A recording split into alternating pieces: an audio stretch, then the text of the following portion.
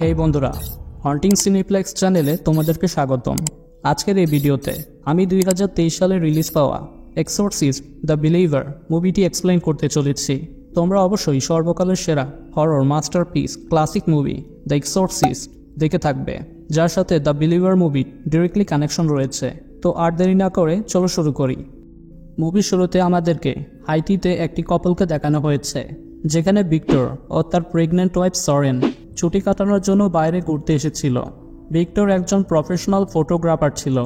Victor ও সরেন বেশ হাসি খুশি দিন কাটাচ্ছিল, তবে ভাগ্য তাদের সহায় ছিল না। একদিন দুপুরবেলায় ভিক্টর সরেনকে হোটেলের একটি রুমে রেখে কোনো কাজের জন্য বাইরে চলে যায়। এইদিকে সেখানে ভয়ানক এক ভূমিকম্প শুরু হয়, যার ফলে ভিক্টর তার ওয়াইফ সরেনকে রক্ষা করতে পারে না। বিল্ডিংয়ের নিচে চাপা পড়ার কারণে সরেনের অবস্থা একেবারে খারাপ হয়ে যায়। ভিক্টর ফিরে এসে আহত অবস্থায় সরেনকে হাসপাতালে অ্যাডমিট করে। এ সময় ডাক্তার ভিক্টরকে জানায় তারা কোনোভাবে সরেন এবং তার বাচ্চা দুজনকে একসাথে বাঁচাতে পারবে না। এখন হয়তো বাচ্চাটি বাঁচবে অথবা তার মা সরেন, তাই ডিসিশন এখন ভিক্টরকে নিতে হবে। এরপর 13 বছর কেটে যায়। পরের সিনে আমরা জর্জিয়াতে ভিক্টরের পাশে অ্যাঞ্জেলা নামের একটি মেয়েকে দেখতে পাই। অ্যাঞ্জেলা ভিক্টরের মেয়ে ছিল, এর মানে ভিক্টরের একটি মেয়ে সন্তান হয়েছিল। কিন্তু অ্যাঞ্জেলা তার মা সরেনকে খুব বেশি মিস করছে, তাই অ্যাঞ্জেলা অবসর সময় তার মায়ের ব্রেসলেট, ছবি সহ বিভিন্ন ধরনের জিনিসগুলো নিয়ে সময় পার করত। অ্যাঞ্জেলা তার বাবা ভিক্টরকে বলে আজকের রাতে সে তার বেস্ট ফ্রেন্ড ক্যাথির বাড়িতে হোমওয়ার্ক করার জন্য যেতে চায়।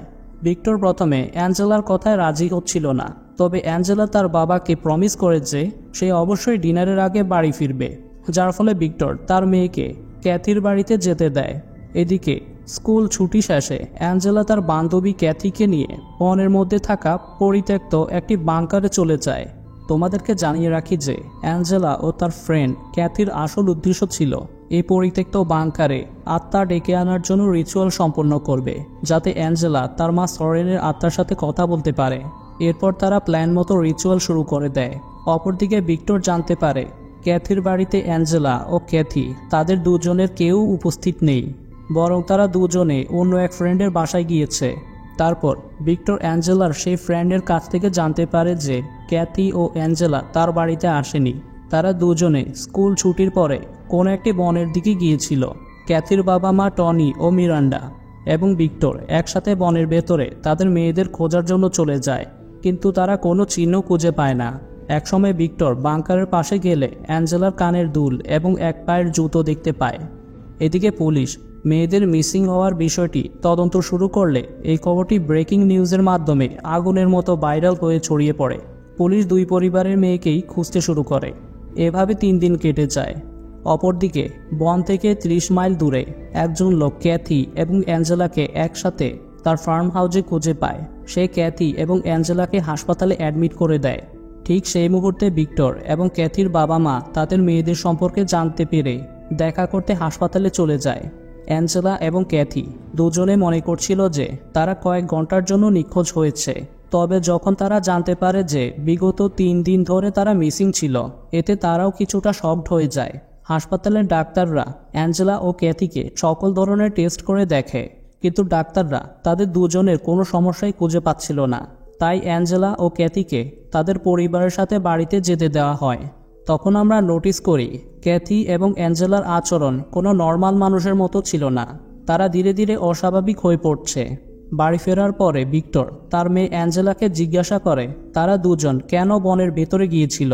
অ্যাঞ্জেলা তখন ভিক্টরকে বলে তারা সেখানে তার মা সরেনের আত্মার সাথে কন্ট্রাক্ট করার জন্য চেষ্টা করেছে। এরপর তার সাথে আসলে কি হয়েছিল সেটি তার মনে নেই। এ সময় অ্যাঞ্জেলা হঠাৎ করে তার বাবা ভিক্টরকে সেখান থেকে চলে যেতে বলে, যেখানে আমরা ভিক্টরের পেছনে এক শয়তানি এন্টিটিকে দাঁড়িয়ে থাকতে দেখি। পরের দিন ভিক্টর তার মেয়ে অ্যাঞ্জেলার আচরণে বেশ পরিবর্তন হওয়ার বিষয়টি লক্ষ্য করে, যেখানে অ্যাঞ্জেলা ঘরের সবগুলো বাতি বারবার নিভিয়ে দেয়। সে ভিক্টরের সাথে ঠিকমতো কথাও বলে না। এমনকি একদিন অ্যাঞ্জেলা নিজের বিছানায় টয়লেট করে ফেলায় ভিক্টর তাকে পরিষ্কার হওয়ার জন্য বললে অ্যাঞ্জেলা ওয়াশরুমে গিয়ে নিজের হাতের সবগুলো নখ উপড়ে ফেলে। এরপর সে ভিক্টরের ওপর হঠাৎ অ্যাটাক করার চেষ্টা করে। ভিক্টর তখন কোনো উপায় না পেয়ে অ্যাঞ্জেলাকে পুনরায় হাসপাতালে নিয়ে আসে। এদিকে ক্যাথি চার্চে গিয়ে সকলের সামনে যিশু খ্রিস্টের হোলি ব্লাড নিচের গায়ে ঢেলে দিয়ে যিশু খ্রিস্ট সম্পর্কে আজেবাজে কথা বলতে শুরু করে। এসব দেখে ক্যাথির বাবা মা বেশ চিন্তিত হয়ে পড়ে। হাসপাতালে অ্যান নামের এক নার্স অ্যাঞ্জেলার দেখাশোনা করছিল। সে ভিক্টরের প্রতিবেশী ছিল। এ সময় অ্যাঞ্জেলা হঠাৎ অ্যানের অতীত সম্পর্কে কিছু কথা বলে। এখান থেকে আমরা জানতে পারি অ্যানের আসল নাম সিস্টার মেরি ছিল। অ্যান গডের সেবা করার জন্য নান হিসেবে নিজের জীবনকে ডেডিকেট করতে চেয়েছিল, কিন্তু অ্যান প্রেগনেন্ট হওয়ার কারণে নান হতে পারেনি। তাই সে অ্যাবর্শন করে অ্যান নামে হাসপাতালে নার্সের জব করছে। তবে অদ্ভুত বিষয় হলো অ্যান কখনো তার অতীত জীবনের কথাগুলো কারোর সাথেই শেয়ার করেনি।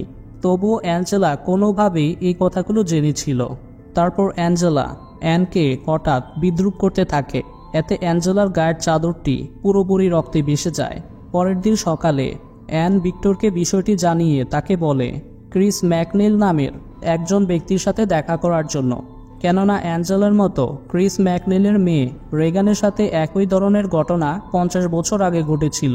ক্রিস ম্যাকনেল তখন তার মেয়ে রেগানকে রক্ষা করে তার জীবনের ঘটনার উপর একটি বই লিখেছিল, যেখানে ক্রিস ম্যাকনেল আসলে দ্য এক্সোরসিস্ট মুভির রেগানের মা ছিল, যার মেয়ে রেগানকে কোনো এক শয়তানি এন্টিটি বশ করেছিল।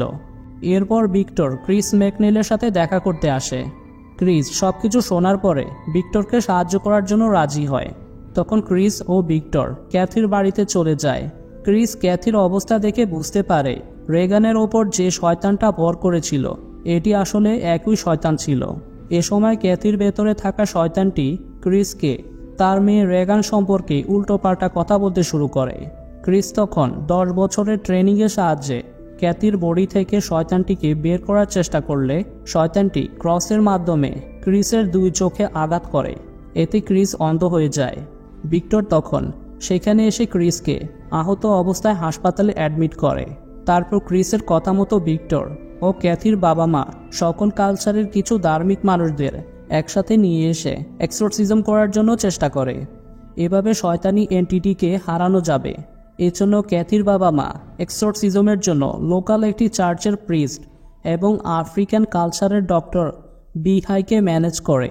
রাতের বেলায় ভিক্টরের বাড়িতে অ্যাঞ্জেলা ও ক্যাথিকে ম্যাজিক সার্কেলের 2টি চেয়ারে বসিয়ে বেঁধে রেখে সকলে এক্সোরসিজম সম্পন্ন করার জন্য তৈরি হয়, যেখানে ভিক্টর এবং ক্যাথির বাবা মা অ্যান, ডক্টর বিহাই সহ সকলে উপস্থিত ছিল। তবে ক্যাথির বাবা মায়ের পরিচিত ফাদার ম্যাডক্স অ্যানকে একটি ক্রস এবং হোলি বাইবেল দিয়ে এক্সোরসিজম পারফর্ম করতে বলে, কেননা চার্চ এই এক্সোরসিজমের জন্য ফাদার ম্যাডক্সকে অনুমতি দেয়নি। তাই ফাদার ম্যাডক্স এক্সোরসিজম করতে পারবে না, কিন্তু অ্যানের কাছে একজন নান হওয়ার ট্রেনিং রয়েছে। এরপর সকলে এক্সোরসিজম শুরু করে।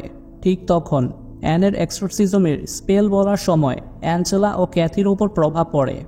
এ সময় ভিক্টর ফাদার মডেক্সকে বাড়ির বাইরে গাড়িতে বসে প্রে করতে দেখে। ভিক্টর ফিরে আসার পরে অ্যাঞ্জেলার ভেতরে থাকা শয়তানটি ভিক্টরের জীবনের একটি সিক্রেট সত্য কথা বলে দেয়। এখানে আমরা জানতে পারি ভূমিকম্পের পরে আহত অবস্থায় সরেনকে হাসপাতালে নিয়ে যাওয়ার পরে ভিক্টরকে তার ওয়াইফ সরেন অথবা তার বাচ্চা যে কোনো একজনকে বেছে নিতে হয়েছিল। তবে ভিক্টর সেখানে সরেনকে বাঁচানোর জন্য চেষ্টা করেছে। সে কখনো অ্যাঞ্জেলাকে চায়নি, কিন্তু সরেন বেশ আহত হওয়ার কারণে মারা গিয়েছিল। ঠিক সেই মুহূর্তে শয়তানটি সকলকে বলে অ্যাঞ্জেলা ও ক্যাথির মধ্যে যে কোনো একজনকে বেছে নেওয়ার জন্য, কারণ তাদের 2 জনের মধ্যে একজনকে সে নর্মাল মানুষের মতো ছেড়ে দিবে, অপর মেয়েটির আত্মাকে নিজের সাথে নরকে নিয়ে চলে যাবে। তখন ক্যাথির বাবা মা এসব কিছুকে শয়তানের ছলনা মনে করে 2 জনের মধ্যে কাউকেই বেছে নেয় না, যার ফলে অ্যাঞ্জেলা ও ক্যাথি দুজনেই ছটপট করতে থাকে।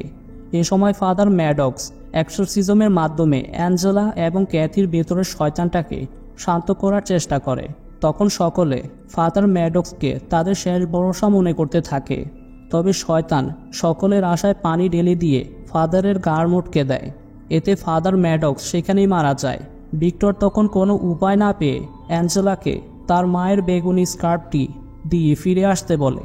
অপরদিকে ক্যাথির বাবা টনি 2টি মেয়ের মধ্যে তার মেয়ে ক্যাথিকে বেছে নেয়। এতে অ্যাঞ্জেলা হাওয়ায় ভেসে ওঠে। অবশেষে শয়তানটি উপরের সিলিং ভেঙে অ্যাঞ্জেলার আত্মাকে তার সাথে নিয়ে যায়। ক্যাথি তখন নর্মাল হয়ে যায়, যেটি থেকে তার বাবা মা বেশ খুশি হয়। কিছুক্ষণ পরে ক্যাথি অজ্ঞান হয়ে গেলে দেখা যায় বনের ভেতরে থাকা সেই বাংকারের মধ্যে ক্যাথির আত্মাকে। তখন শয়তানি এন্টিটি ক্যাথিকে বলে আসলে সে ক্যাথিকে বেছে নিয়েছে। এটি বলে শয়তান তার সাথে ক্যাথির আত্মাকে নরকে নিয়ে চলে যায়। এর মানে অ্যাঞ্জেলা নয়, ক্যাথি মারা গেছে। শয়তান তার প্ল্যানে সফল হয়েছে। অ্যাঞ্জেলা ও ভিক্টর আগের মতো তাদের জীবন হাসিখুশিভাবে কাটাতে শুরু করে। তবে অ্যাঞ্জেলা তার বেস্ট ফ্রেন্ড ক্যাথিকে খুব মিস করত। এদিকে ক্রিসের সাথে তার মেয়ে রেগান হাসপাতালে দেখা করতে আসে। এভাবে মুভিটি শেষ হয়ে যায়। বন্ধুরা, আমাদের আজকের মুভি এক্সপ্লেন ভিডিওটি আপনাদের কেমন লেগেছে তা আমাদের কমেন্ট করে জানাতে পারেন। আমাদের চ্যানেলে নতুন হলে অবশ্যই চ্যানেলটি সাবস্ক্রাইব করবেন। চ্যানেলে থাকা অন্যান্য ভিডিওগুলো চ্যানেল ভিজিট করে দেখতে পারেন।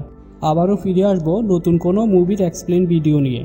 সবার সুস্বাস্থ্য কামনা করে আজ বিদায় নিচ্ছি। Good bye.